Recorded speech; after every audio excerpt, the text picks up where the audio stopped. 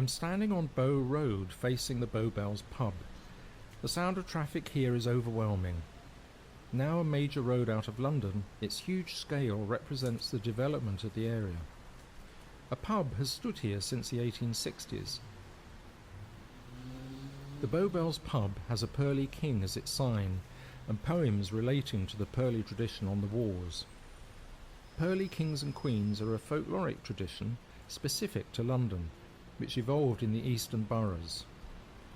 Pearl Binder's seminal text from 1975, The Pearlies, A Social Record, describes the community. London Pearly royalty is a hereditary group of cockneys who, in their spare time, dress up in homemade pearl-button jewelled regalia to collect money for charity. A cockney is born, as legend goes, within the sound of the bells of St Mary le Bow in Cheapside. The pub references back to this tale. Back in the 1860s, this area of London would have been within earshot of the church bells, but today sound pollution and building development mean that the aural field has dramatically shrunk. Pearlies originated in East London in the 1860s and continue to raise significant sums of money for charity. Pearly families can still be found today throughout London boroughs, including around Tower Hamlets and Newham. However, today the hereditary tradition is less common, and Pearlies can earn their titles through carrying out charitable work. The elaboration of dress the Pearlies are so famed for is believed to have originated from costermongers, street sellers from the 17th and 18th centuries. Costermongers accented their everyday working clothes with lines of pearl buttons made of freshwater shellfish shells to attract attention. Pearlies take great pride in decorating their own garments. The decoration is made up of hand-stitched buttons, often sewn in patterns, recalling territorial boundaries, flowers and bells, and other symbolic and lucky motifs. Overfishing and ultimate death of the pearl button industry in this area make it incredibly hard to source the shell material now. Charity, dress and music are important elements of the Pearly tradition. Pearlies spend time collecting money and organising annual traditional events, such as harvest festivals. Money collected is donated to charities of the Pearly King or Queen's choosing.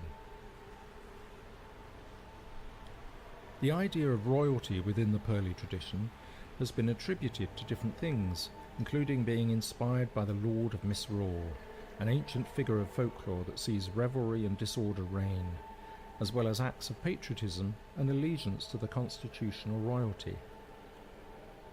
A pearly garment worn by the Queen of Bow Bells on Old Kent Road is on display within the Making More Mischief exhibition. Continue along Bow Road towards Bromley High Street and cross to Bow Church Island.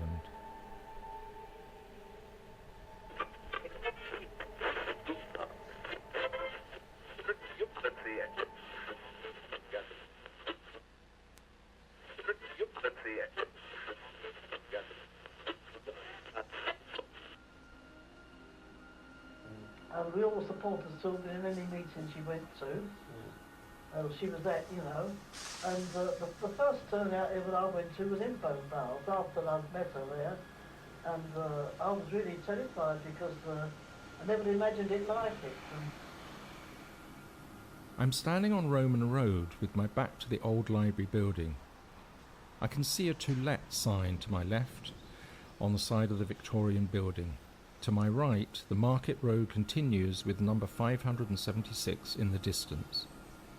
The road feels alive, a vibrant community street filled with shops and people. I'm standing on Gladstone Place facing a chemist. It is part of a 1960s construction with flats above. There's a bench outside the chemist for you to rest. Imagine a late Victorian structure similar to the library building beside us. Here at this site stood a revolution in community health, Bow Baths. It was built in 1892 and was a public bathing facility, providing much needed hygiene and health opportunities for the community. The local houses had no bathing facilities and residents seldom had baths. When they did, they usually were taken in freestanding tin baths, Victoria Park's bathing lake or even the polluted industrial waterways. Not only did Bow Baths offer a public bath, but also an entertainment venue. It was used for boxing matches, political rallies, and by the East London Federation of Suffragettes, the ELFS, who were active in this area.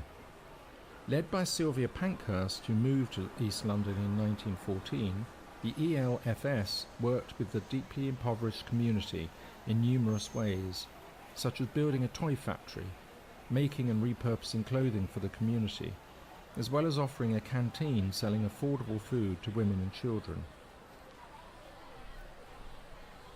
The movement also recognised the importance of community events, especially for children. Annual children's festivals at New Year and May Day provided celebratory release from the grinding poverty and rising violence of World War I. On Thursday the 6th of January 1916, a New Year's party was held at the Baths for 900 children. Imagery from the event shows children dressed in folkloric costumes, with characters such as Spirit of the Woods, Spirit of the Spring, and signs saying peace and plenty. The performance was described as The Pagan Rites of Spring by the East London Advertiser, with a headline highlighting the event. Pagan rites were all the rage. The occasion was interpreted as a reflection of Sylvia Pankhurst's atheism and condoned by some for lacking public respectability. Importantly, these children's pageants provided opportunities to connect with local histories and traditions, and often featured elements of natural history and rural stories. The costumes and design of the event is believed to be by Gladys Schultz, a novelist, pacifist, and active member of ELFS. Folk customs are evidenced in numerous suffragette events, perhaps due to the folk revival in the decade leading up to World War I. Not only here in this spring pageant, but also in their May Day processions featuring maypoles on every platform, and children's processions filled with flowers and almond branches. Suffragette Mary Neal also set up the Esperance Club in London, where young women were taught to Morris dance as well as clothes-making skills. The story of women's suffrage is embedded in these streets, plaques, memorials, in the fabric of the buildings. Can you see them as the walk continues? Follow the map along Roman Road towards number 576 until the next location on Fairfield Road.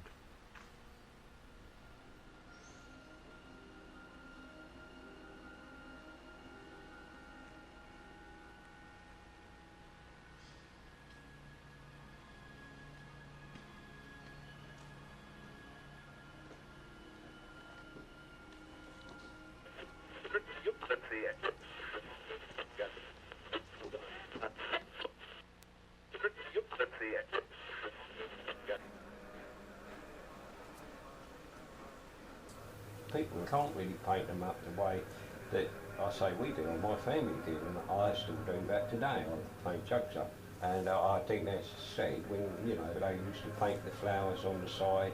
You'd have the name there, and the flowers would be painted on there.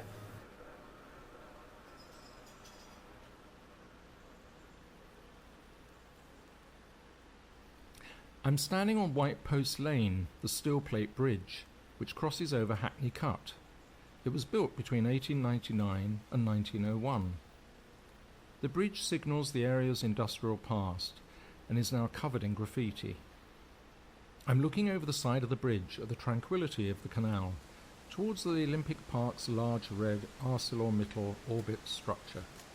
There are barges stopped here, homes to London's boating community, as well as a barge restaurant. Water is a significant feature that has defined the landscape and the history and development of the area. Early records of the area reveal the presence of important mills along the River Lee as early as 1066. Many of the canals were built as part of the Industrial Revolution from the 1790s onwards to aid colonial trade routes around the country and out to sea. The canals brought a significant influx of boats and boating life, which it still supports today. The movement of trades along the canal housed a unique community whose heavily decorated boats grew out of this moment. Eminent folk art expert Tony Lurie describes, "At the heart of the system were the boats and the new population of men and women who worked them, with their amazing tradition of decoration and bright paintwork that survived almost unaltered to the middle of the 20th century. Instead of killing folk art, the Industrial Revolution seemed to breed an entirely new one on the waterways."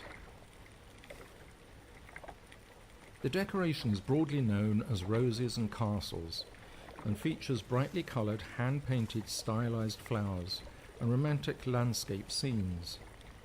The decoration was also characterised by a range of painted patterns, many symbolic, that decorated every available space on the boats.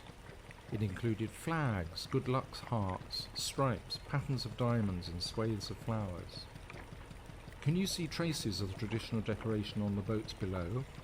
The elaborate decorative style was largely a custom of the Midlands canal families, with the East London canals featuring mainly industrial barges. However, deliveries and movement around the canals was common, and traditional boating families would be seen throughout the canal networks of London. Today, the tradition is still practiced, but the elaborate decoration on narrowboats has largely disappeared. Living on the canals has become popular once again. As the price of London houses increases, the life abroad offers a connection to nature, often absent from inner city life. Self-decorated boats can occasionally be seen, but these are mostly a deviation from the traditional style. Follow the map to the next site down White Post Lane. The bridge is the threshold to a different space. Graffiti continues along the walls towards our next site. What do the walls say?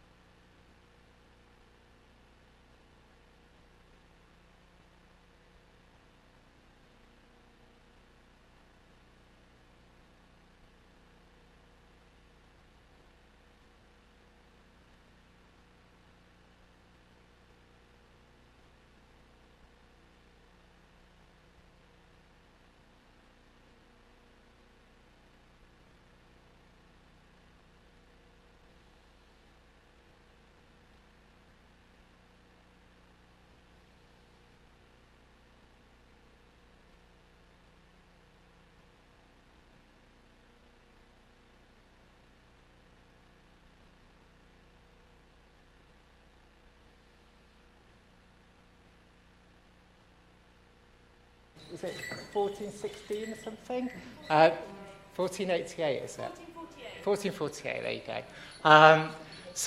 And there are records that have been found with payments by like royalty and things for Morris dancers. Where it originates originally, people sometimes think that it's to do with came up from the Moors, Moorish dancing. Other people say, no, its origin maybe is much later and it goes back to kind of fertility rites all the way back through the centuries. So there's a lot of debate still out there. Sadly, I'm not the best person. There's probably better people than me could probably answer those war. Do you want to say any more? I don't know if I can say much about the history of the Morris, but it goes back to, as we say, at least the Middle Ages, and it was already an established tradition before then. The modern Cotswold Morris dancing originated, something about 100 years ago, and a group of Cambridge Morris dancers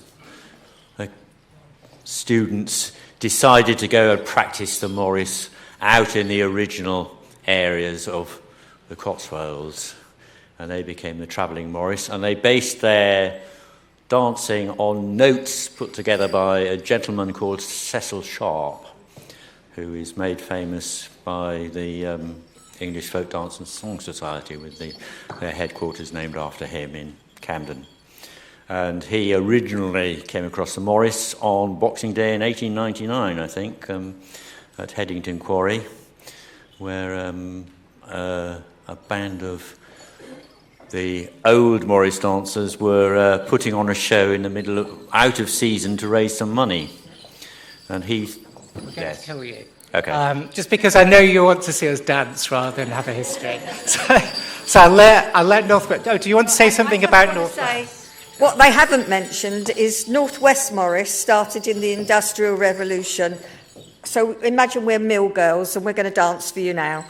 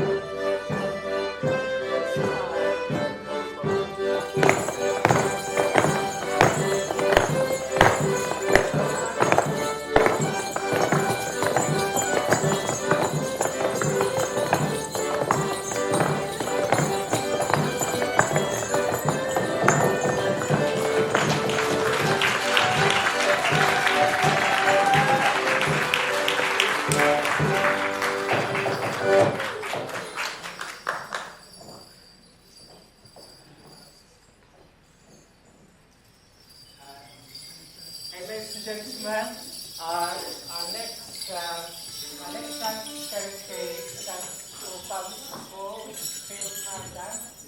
So again,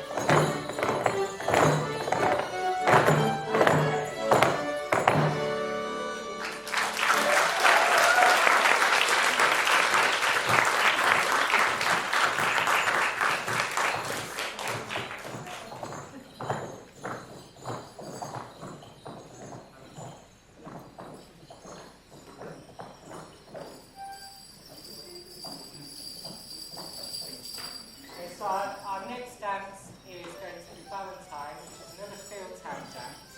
So after it ends, I'm going to ask you what was the same compared to the stick dance earlier. See if you're watching.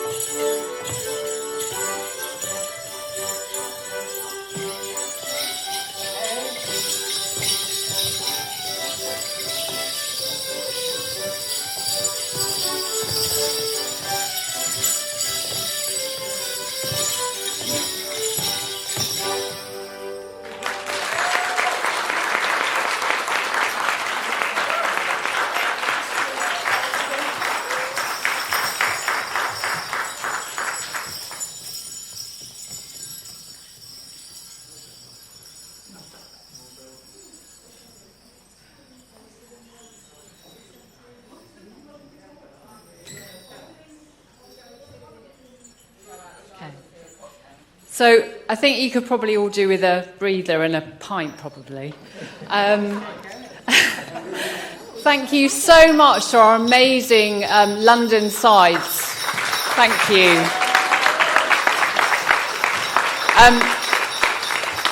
We were talking earlier about bringing folk costume to life, and I think they did that absolutely fabulously. So, yeah, thank you so much for coming.